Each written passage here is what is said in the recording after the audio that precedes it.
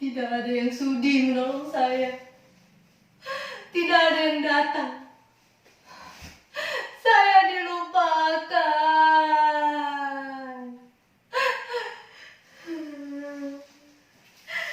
Sudah berapa lama saya di sini? Tidak tahu. Sudah berapa lama saya disiksa macam binatang. 4 dinding ini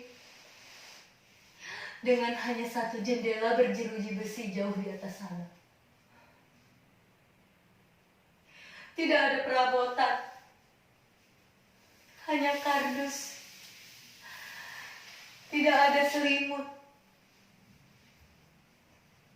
Saya tahu, saya tidak mungkin bisa lolos dari penjara ini jika tidak ada yang sudi menolong. Mustahil saya bisa selamat jika tidak ada mukjizat.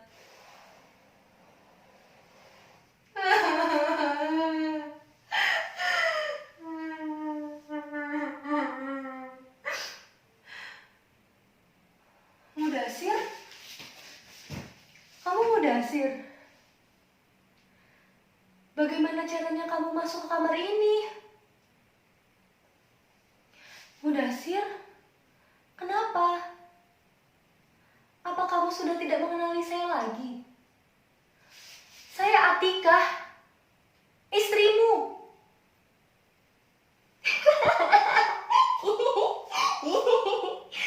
Dulu, kamu mengantar saya ke Jakarta. Kita berpisah di Bandara Soekarno-Hatta, Cengkareng. Kamu cerita di surat. Setelah mengantar saya, kamu langsung pulang kampung, mengurus sawah. Sampai setahun lebih kita saling berkirim surat. Tapi, setelah musibah itu datang, surat-suratmu tidak pernah datang lagi. Jangan pergi, Mudasir. Jangan tinggalkan saya. Apa saya sudah tidak punya daya tarik lagi? Kamu dulu sering bilang saya cantik. Saya memang cantik. Kecantikan yang alami, tanpa gincu dan bedak. Kamu suka saya apa adanya. Kamu sering bilang begitu. Tapi saya tahu, bentuk penyiksaan ini bikin saya tidak secantik dulu lagi. Bahkan wajah saya bisa jadi sudah jelek seperti gombal busuk, bacin, dan tidak layak dipandang. Kamu jijik ya? Tapi Mudasir, kamu menikahi saya lahir batin kan? Kamu bukan hanya menikahi wajah saya kan? Kalau memang benar kamu di sini, tolong saya, keluarkan saya dari sekapan ini, lalu kita pulang kampung bersama-sama. Tidak perlu melapor kepada polis Raja Diraja, tidak guna melapor kepada Menteri Tenaga Kerja. Kita warga negara Indonesia, bukan Filipina. Beruntunglah mereka yang berasal dari Filipina. Bahkan presiden mereka pun sangat peduli terhadap nasib para tenaga kerjanya. Sedangkan kita, kalau banyak uang, diperas sampai habis tulang sumsum. Tapi kalau ada musibah, dilupakan. Sudahlah Mudasir, kemarilah, mendekatlah agar kita bisa saling menyentuh. Mengapa kamu tetap berdiri di situ? Di situ tempat saya buang air besar dan kecil. Di sini tidak ada kamar mandi dan WC. Ini hanya sebuah kamar, dan entah untuk kamar siapa tadinya. Dan mengapa saya sampai disekap di sini? Entahlah, saya tidak bisa tulis di surat. Di sini tidak ada kertas, pulpen, amplop, perangko. Di sini tidak ada apa-apa.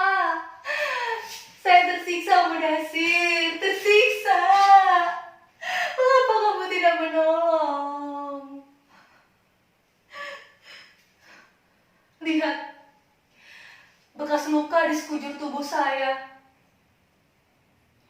sebelum saya dijebloskan ke kamar ini, saya dipukuli, saya disiksa oleh seluruh majikan saya. Saya tidak berdaya. Saya seperti bola yang disepak ke sana kemari, tanpa bisa membela diri. Bahkan luka-luka di sekujur tubuh saya hampir mengering. Bisa jadi sudah sebulan lebih saya di sini. Bagaimana saya bisa bertahan? Mereka saja kasih makan saya 1 kali sehari. Saya makan dan minum dengan piring dan gelas yang kotor. Mudasir, kamu tidak akan bisa membayangkan perlakuan apa yang sudah saya terima selama ini. Saya bahkan lebih pantas dianggap anjing. Saya tidak lagi dianggap manusia. Mereka mengatai saya indon, bangsat, bajingan, anjing, pencuri, maling, tidak tahu diri. Hanya itu yang saya dengar. Kata-kata yang diteriakan berulang kali. Saya indon, anjing, bangsat, bajingan, tidak tahu diri, pencuri, maling. Demi Tuhan, saya tidak seperti itu. Saya tidak pernah mencuri. Saya bukan maling. Saya hanya bekerja. Saya memperoleh upah karena saya bekerja. Demi Tuhan.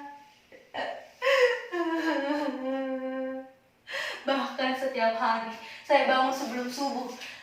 Saya menyapu, mengepel, membersihkan rumah, mengurus taman, memasak, mencuci, menyetrika. Semua pekerjaan rumah saya kerjakan. Saya kerjakan semuanya sendirian di rumah sebesar ini.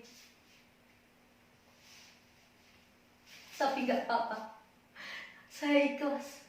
Saya melakoninya dengan gembira dan ikhlas. Dan kamu tahu sendiri kan, Mudasir, setahun saya bekerja, saya terima gaji, saya kirim ke kampung, dan kamu menerimanya kan?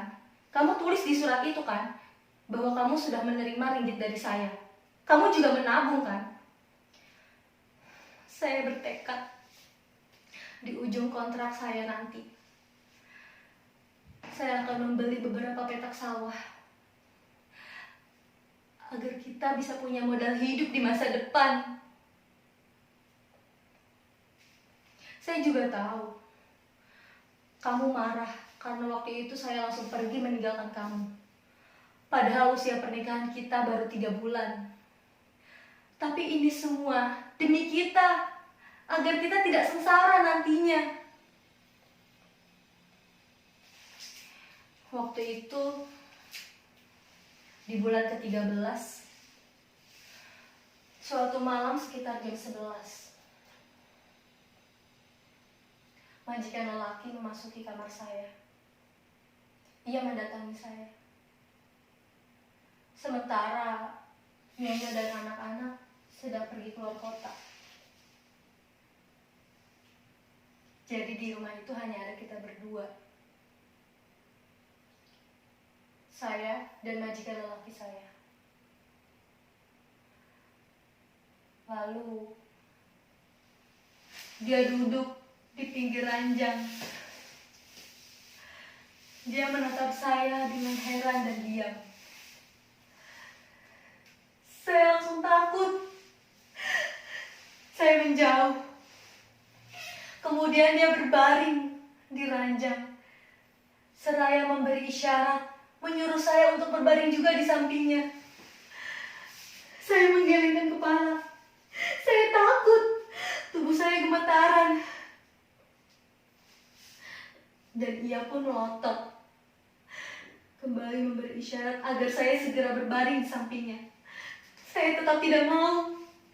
Saya semakin takut. Saya waspada.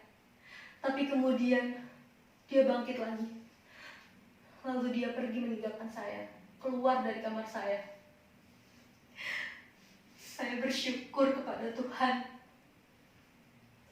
karena pada saat itu tidak terjadi apa-apa atas diri saya. Iya, iya, saya selamat dari tragedi perkosaan majikan. Terima kasih Tuhan. Mudasir, kamu kenapa diam saja? Kamu tidak percaya dengan cerita saya? Demi Tuhan, saya masih suci.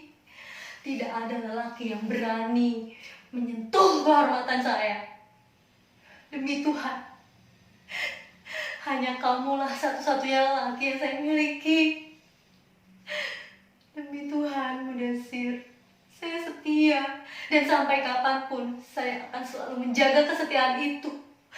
Bahkan jika harus bertaruh nyawa sekalipun. Percayalah, Mudasir. Jangan pergi. Jangan tinggalkan saya.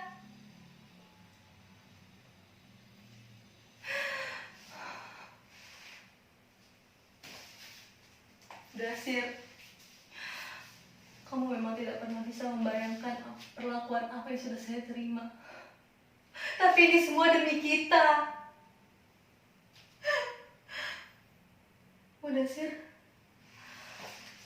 kamu dengar itu? Ada orang menuju ke sini. Tunggu sebentar. Tolong! Tolong! Siapa saja di situ? Tolong saya! Tolong! Ada manusia di sini. Perempuan. Saya. Tolong! Saya butuh pertolongan. Tolong saya.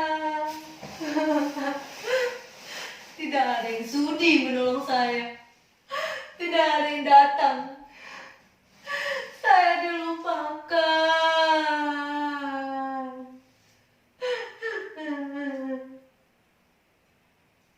Mudasir, kamu di mana?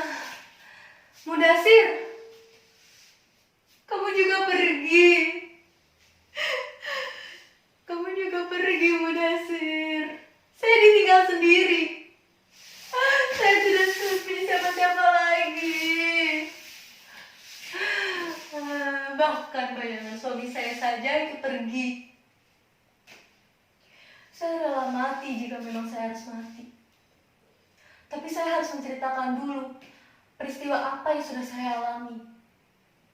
Saya tidak rela jika saya mati tanpa orang tahu atas apa yang sebenarnya terjadi dalam diri saya. Siksaan yang saya derita harus dijelaskan. Karena kalau hanya sehari 2 hari, mungkin bisa dimaklumi. Tapi sebulan, setahun, harusnya sudah membuat masyarakat curiga. Karena bisa saja itu terjadi pembunuhan. Iya, pembunuhan. Apa yang saya alami ini bukan pembunuhan tubuh, tapi pembunuhan mental, pembunuhan politik. Selama ini, kita dianggap sebagai bangsa pelayan, bangsa pembantu rumah tangga. Bahkan kita sering dihapus dari peta dunia. Tak ada yang bisa dibanggakan dari negeri kita. Tolong! Tapi jangan tolong saya. Tolong kita semua. Kita ada di pinggir jurang.